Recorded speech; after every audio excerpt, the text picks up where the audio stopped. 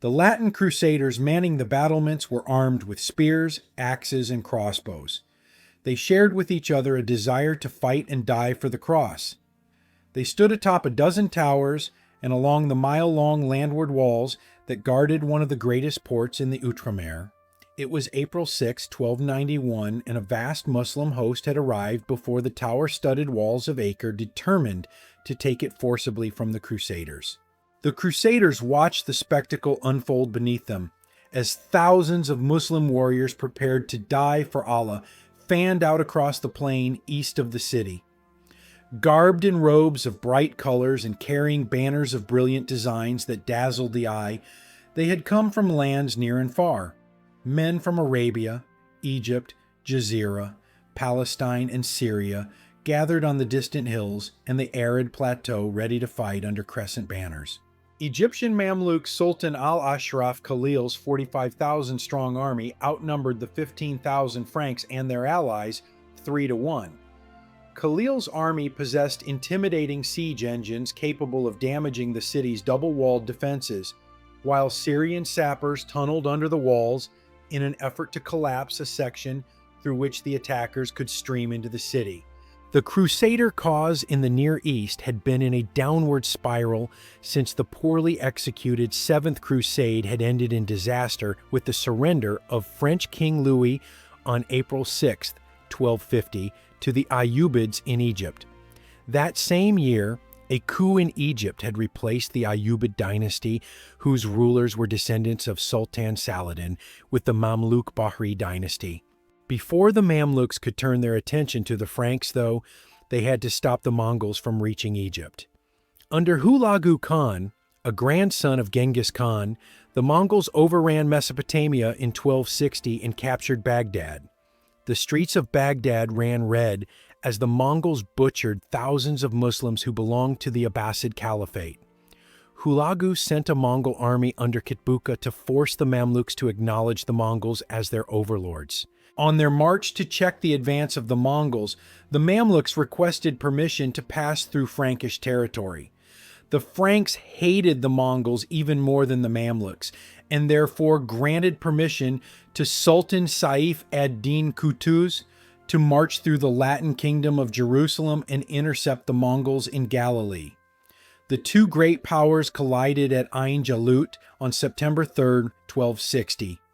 Sultan Qutuz, with Mamluk general Baybars al-Bundukdar leading the vanguard, won a decisive victory over the Mongols.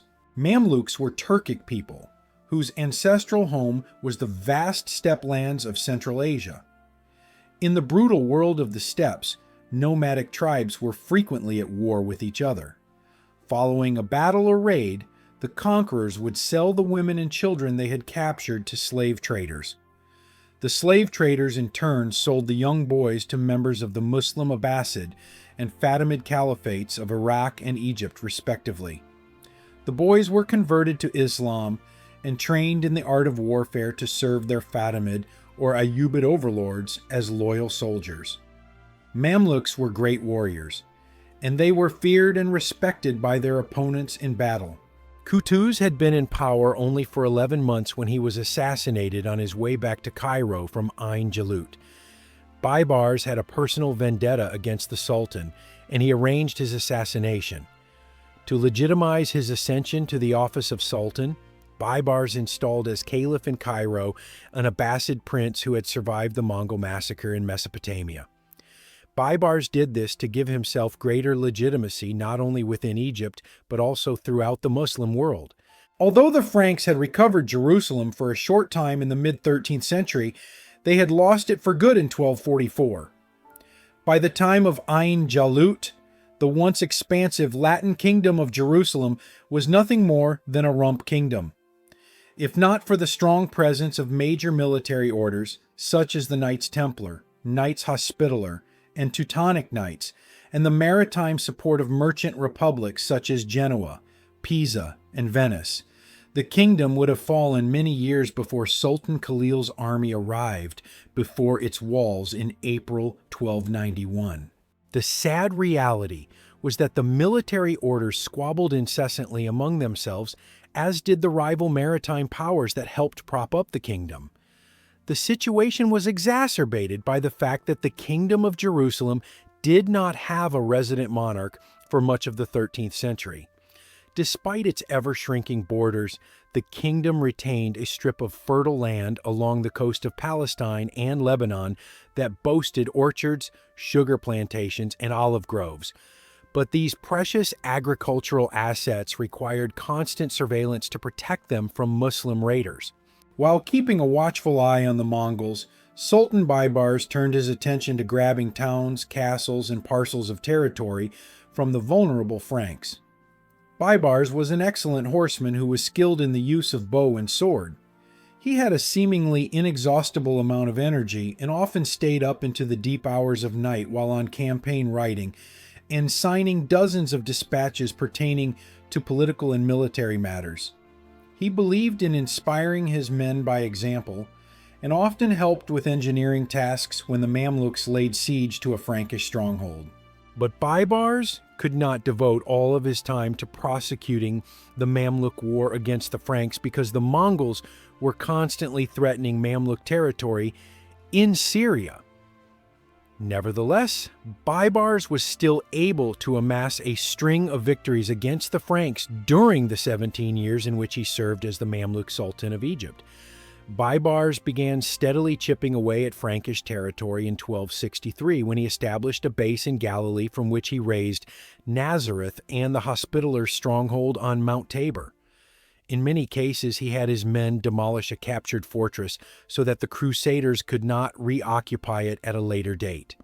For example, when Baibars and his troops captured the Frankish port of Caesarea in February 1265, Baibars grabbed a pickaxe and helped his men dismantle the citadel stone by stone. In the 1266 campaign against the Franks, Baibars completed his conquest of Galilee by capturing the Templar castle at Safed. He made a show of force before Acre the same year, but deemed it too strong to capture. The Crusader castles fell like dominoes to Baibars' army. In the following years, he captured Beaufort, Chastelblanc, Gibraltar, and Croix de Chevalier. His greatest achievement, though, was the capture of Antioch in 1268. During the sack of the city, Baibars approved the massacre of its inhabitants to the shock of both Christians and Muslims. The 56-year-old Sultan was in Damascus preparing to counter a Mongol offensive when he died on July 1, 1277. He left the Franks sorely crippled and a ripe target for future sultans. After a 2-year period of instability in which 2 sultans, each of whom ruled for a short time, succeeded Baibars, Sultan al-Mansur Qalawun came to power in 1279. Pressure from the Mongol Ilkhanate of Iran-Iraq, which threatened Mamluk control of Syria, forced Qalawun to deal first with the Mongol threat before turning his attention to the Franks. The Mamluks defeated the Mongols in a pitched battle at Homs in December 1281. The Mongols were joined in the battle not only by the Armenians of Cilicia, but also by a detachment of Knights Hospitaller from Margat Castle. From that point forward, Qalawun had a vendetta against the Hospitallers. 4 years later, the Sultan captured Margat after a month-long siege.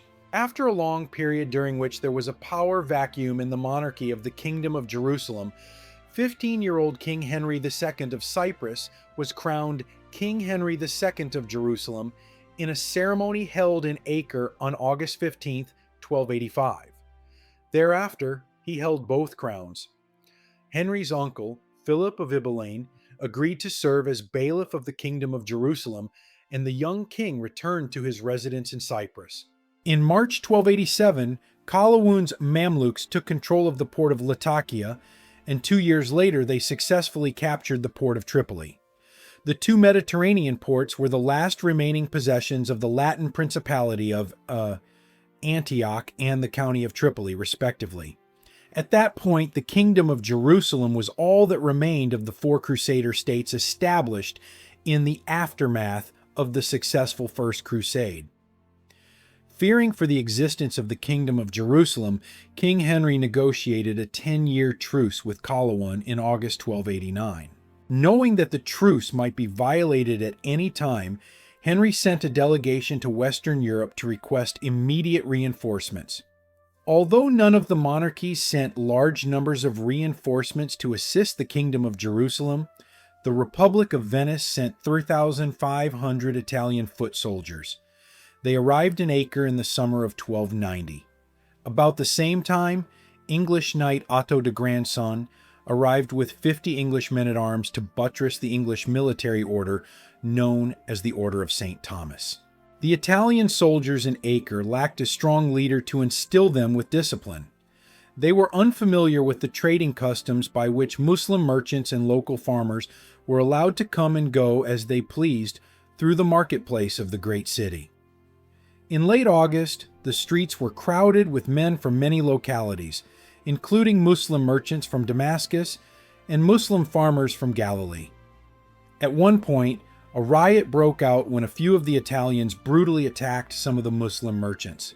A number of innocent Muslims were slain during the street fight before some of the Hospitallers and Templars intervened. As many as 50 Muslim merchants and farmers were slain in the disturbance. Family members of the slain Muslims traveled to Cairo, where they begged Sultan Qalawun to intervene in the matter. Some of them brandished the blood-stained clothing of their relatives as proof of their deaths. Qalawun subsequently demanded that Acre officials turn over the perpetrators of the murders.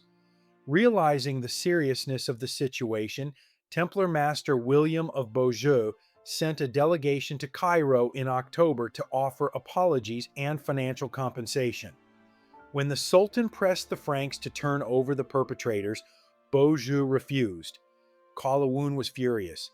He subsequently requested and received permission from Islamic officials in Cairo to break his truce with the Franks.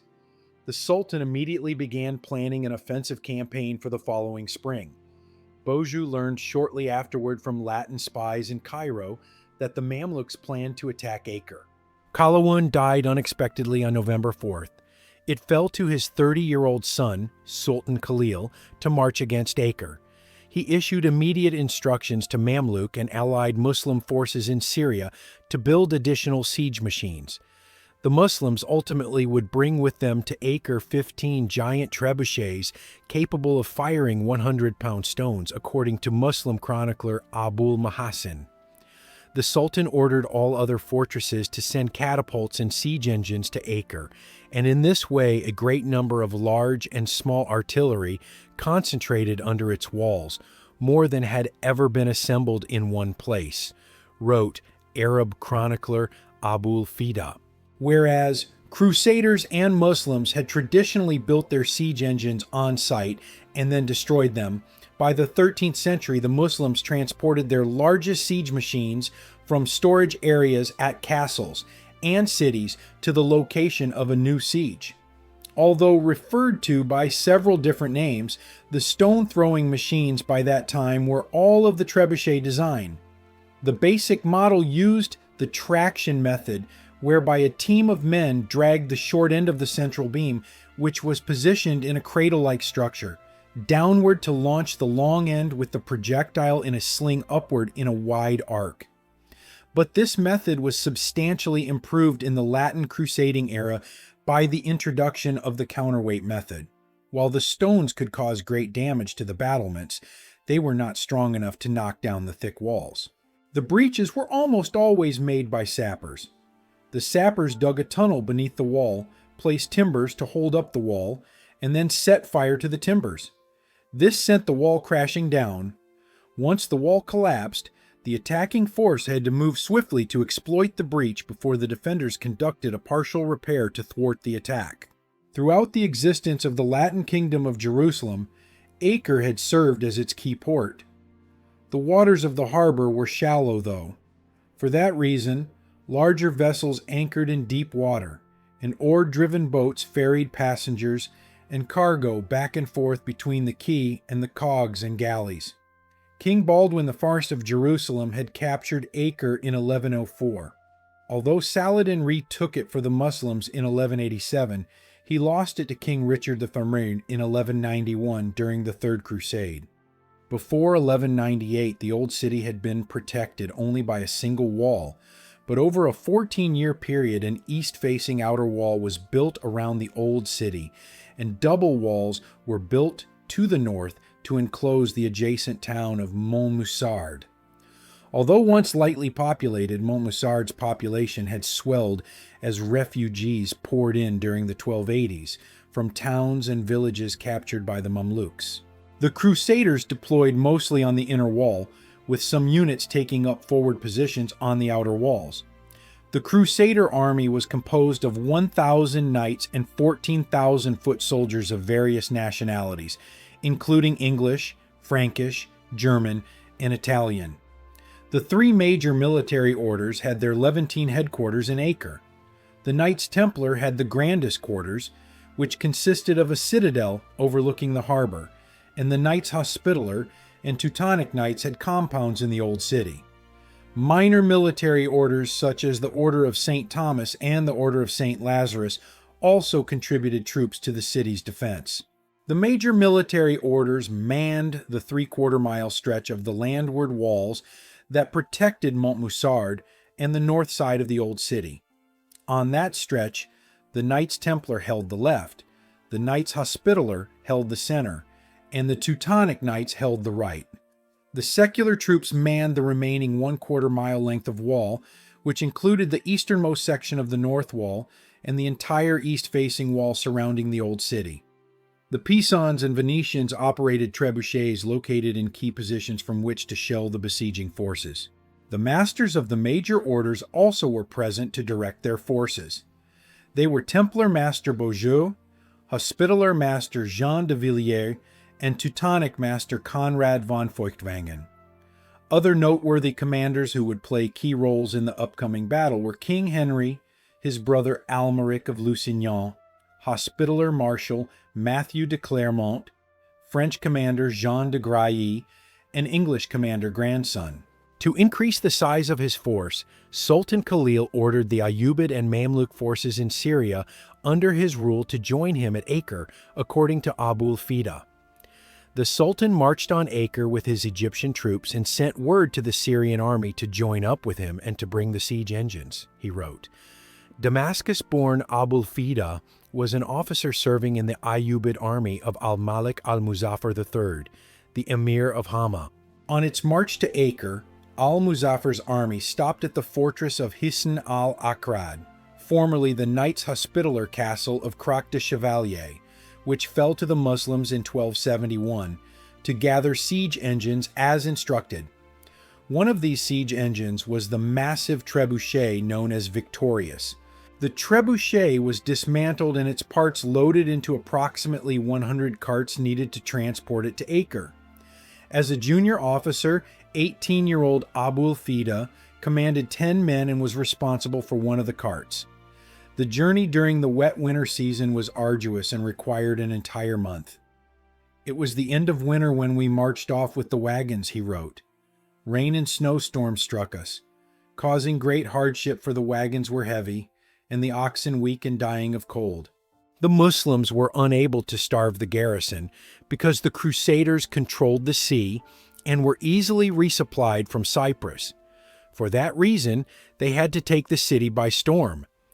The double walls precluded a quick assault, so Sultan Khalil and his generals planned to batter the walls while highly skilled Syrian sappers tunneled beneath multiple sections in an effort to collapse one or more sections.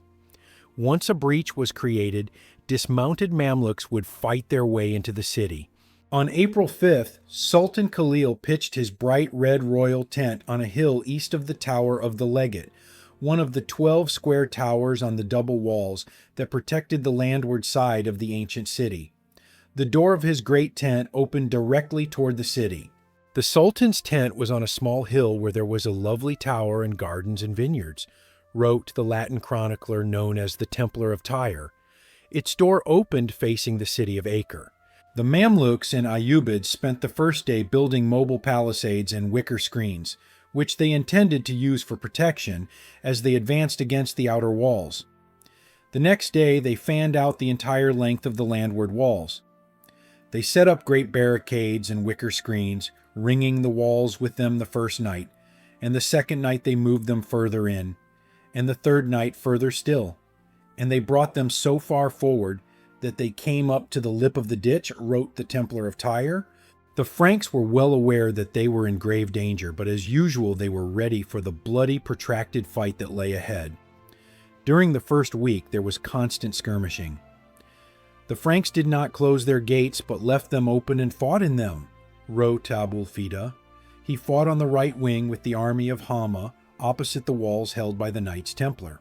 At the beginning of the second week, the Muslims began battering the walls with their trebuchets.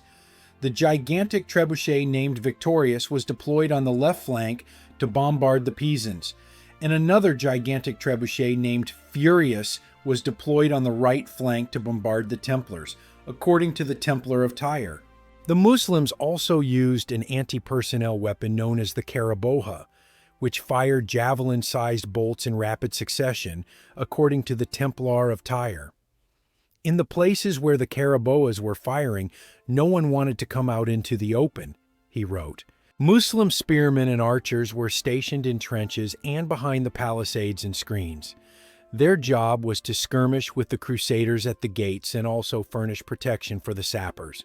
On August 13th, the ragtag Crusader navy sailed within missile range of the extreme right of the Muslim army, where Abul Fida was stationed. A handful of Latin merchant ships converted for wartime use swept in close to shore not far from the white tents of the Muslims. The crews had retrofitted the ships with rectangular shields to protect the archers and crew from enemy fire. Crossbowmen stationed in forecastles and stern castles fired on the Muslims nearest the shore, forcing the Muslims to take cover behind the dunes.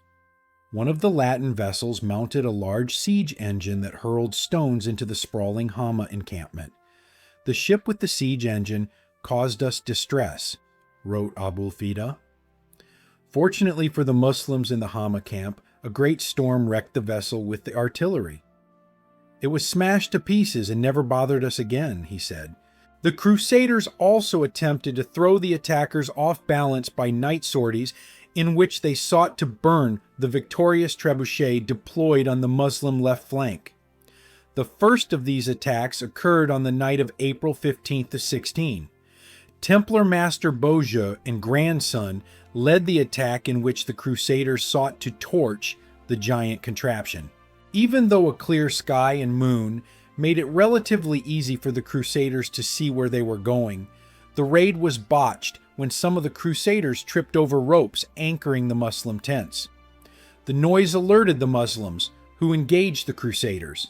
The Crusader who was entrusted with hurling a jar filled with naphtha at the trebuchet threw it too soon, and it exploded short of the target. Al-Muzaffar, the emir of Hama, rallied his troops to him and hit us on the seashore with showers of javelins, wounding some of our men, wrote the Templar of Tyre. The Muslims killed 18 Templar and English men-at-arms. One unfortunate Crusader fell into the emir's latrine and was promptly slain. The Templar of Tyre claims that there were as many as 300 mounted knights, sergeants, and auxiliaries involved in the raid, and that they faced 2,000 Muslims. These clearly exaggerated numbers simply indicate that a significant number of soldiers on both sides were involved. A second sortie took place on the night of April 1819. The Hospitallers led this particular attack, which targeted the center of the Muslim line. The sortie was launched spontaneously on an overcast night in which there was no moonlight. This was decided so secretly that no one knew of it until the command to horse was given, wrote the Templar of Tyre. The mounted raiders departed from the gate of St. Anthony and apparently targeted the Hama encampment. Somehow the Muslims had learned of the attack and they used torches to illuminate their surroundings. When the Hospitallers appeared, a squadron of Muslim cavalry launched a counterattack that drove the Crusaders back to the city. A third Crusader sortie occurred on the night of April 20th, 21, when Beaujeu led an attack against the left flank of the Mamluk army of Egypt, aimed once again at damaging the victorious trebuchet. The Muslims again received advance warning of the attack. They drove the Crusaders off before they could cause any damage. On May 4th, King Henry of Jerusalem arrived by sea from Cyprus to take command. Because of his young age, though, He relied heavily on the masters of the major orders and also on the senior English and French commanders. Henry brought with him the last major group of reinforcements, which consisted of 100 Cypriot knights and 2,000 foot soldiers. Henry sent a delegation on May 7 to discuss terms with Sultan Khalil, but the overwhelming desire of the Mamluk rank and file, who shouted that they wanted the battle to continue, encouraged the Sultan to press the siege. The following day, the Muslims drove a detachment of Crusaders manning an outer work known as King Hugh's Tower from their position. Almost immediately, several detachments of sappers began tunneling beneath King Henry's Tower, a key position in the outer wall at a salient where the north and east walls protecting the old city met.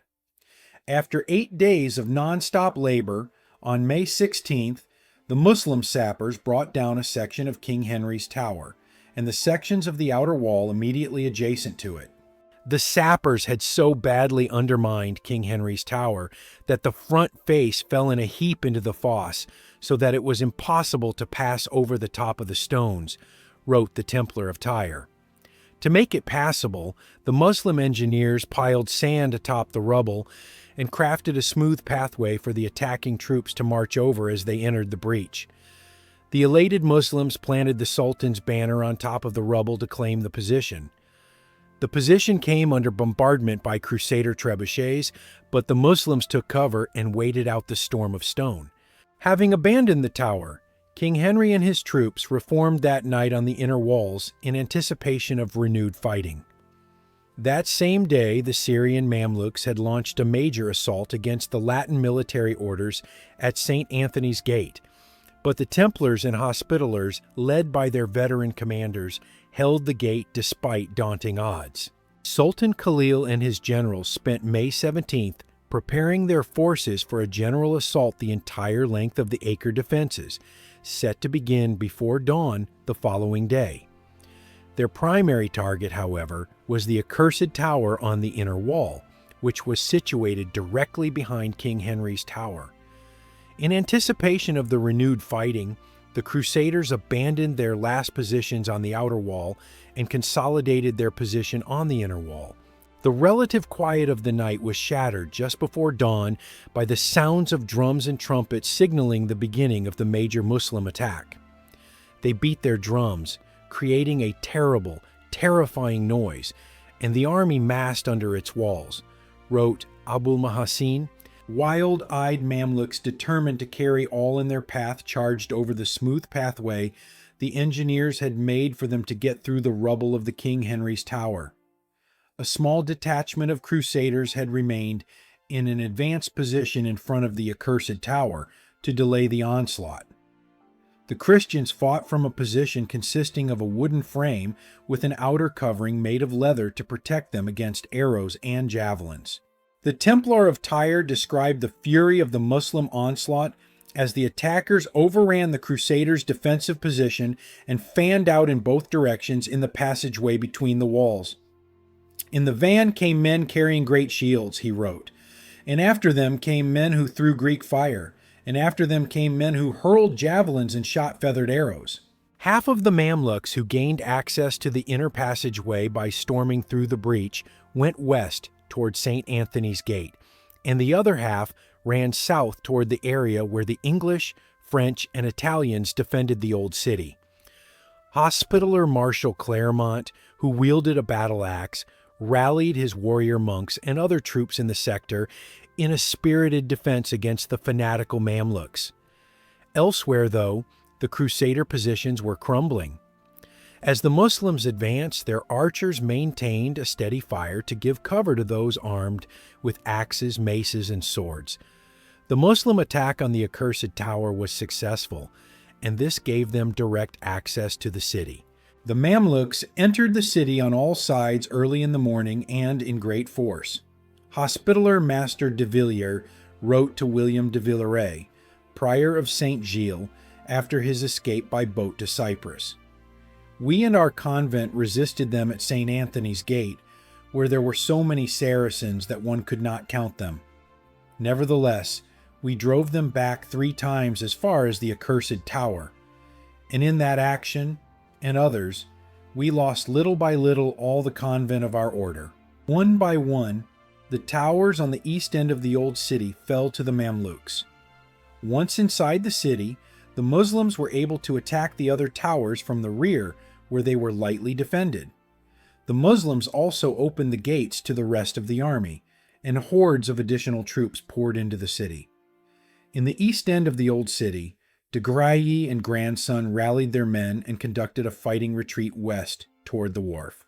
As the Muslims took control of the east end of the old city, they torched the Pisans' great trebuchet. Everyone they encountered, they put to the sword, wrote the Templar of Tyre. The only structures that slowed their advance were the fortified compounds of the Knights Hospitaller and the Teutonic Knights.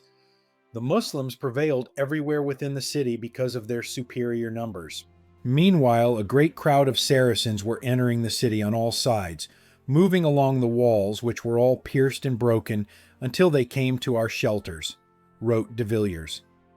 Our sergeants, lads, and mercenaries, and the Crusaders and others gave up all hope and fled toward the ships, throwing down their arms and armor. We and our brothers, the greatest number of whom were wounded to death or gravely injured, resisted them as long as we could. During the rearguard actions the Crusaders attempted, some of their most illustrious commanders were killed or seriously wounded. Not far from the inner wall, Templar Master Beaujeu suffered a fatal wound. Some of his men, who were not aware of the wound, reproached him for walking away from the fighting, according to de Villiers. "I'm not running away," he said. "I am dead. Here is the blow." Beaujeu then raised his arm to show that an arrow had penetrated his mail under his arm. The loss of their revered master was a severe moral blow to the other Templars, and they retreated toward their compound overlooking the harbor. A Muslim stabbed de Villiers between the shoulder blades with his spear, and command devolved to Hospitaller Marshal Clermont. Throughout the entire siege, Clermont had shown himself to be, in the words of de Villiers, noble and doughty and wise in arms. The imposing Hospitaller Marshal was finally slain in the melee with the Mamluks near the wharf. The Crusaders exhibited a lack of foresight by not having more vessels ready at a moment's notice to ferry evacuees from the wharf to the Pisan and Venetian ships waiting in the deep water. The panic increased as those who crowded the quay found only a few small vessels ready to take them to safety. Those desperately seeking to escape crowded the oar-driven boats that would ferry them to the galleys and cogs. A number of the small boats capsized from overcrowding. A high-ranking ecclesiastical official, Patriarch of Jerusalem, Nicholas de Hanape, drowned when the boat he boarded swamped in the harbor. Among those nobles who escaped by sea were King Henry, his brother Almeric, grandson, de Grailly, and de Villiers. While Grailly would perish, de Villiers survived. Much of the city was on fire by that point. On all sides there was quaking and terror and groans of death, wrote Venetian chronicler Marino Sanudo. The Sultan ordered a quarter of the city to be burned so that he consumed everything with iron and fire. By nightfall, the city, except the military order compounds, was in the hands of the Sultan's troops. The Hospitallers and Teutonics surrendered in exchange for amnesty, which was granted. The Templars, however, declined to surrender. They had allowed upward of 2,000 residents and soldiers into their compound to shelter them from the Mamluks. After 7 days, the Templars surrendered after agreeing to the same terms granted the other two military orders. On May 25th, 200 Mamluks arrived to oversee its evacuation. When they manhandled some of the women and began sacking the compound, the Templars, in a fit of rage, shut the gates and attempted to kill or capture those trapped inside.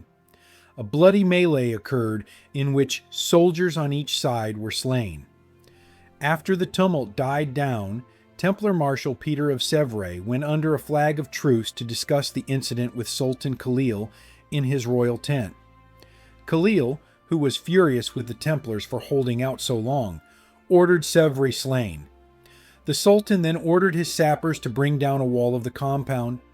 They succeeded in their mission, and a wall of the great tower of the compound collapsed to the ground. In the wake of his successful siege, Khalil, like Baibars before him, ordered the walls of Acre dismantled so that the Crusaders could not try to retake it in a future invasion. The work, however, was never completely finished for some unknown reason. Nevertheless, the Crusaders were driven from Acre, and after that the Muslims had only to mop up a few remaining outposts, such as Beirut, Haifa, Sidon, and Tartus. By mid-August, these remaining outposts were in Muslim hands. Various strategies for reinvading the Holy Land were floated and discussed in the years to follow, but never acted on. Despite their loss, the Crusaders' 2 centuries of history in the Outremer remains a vivid part of medieval history.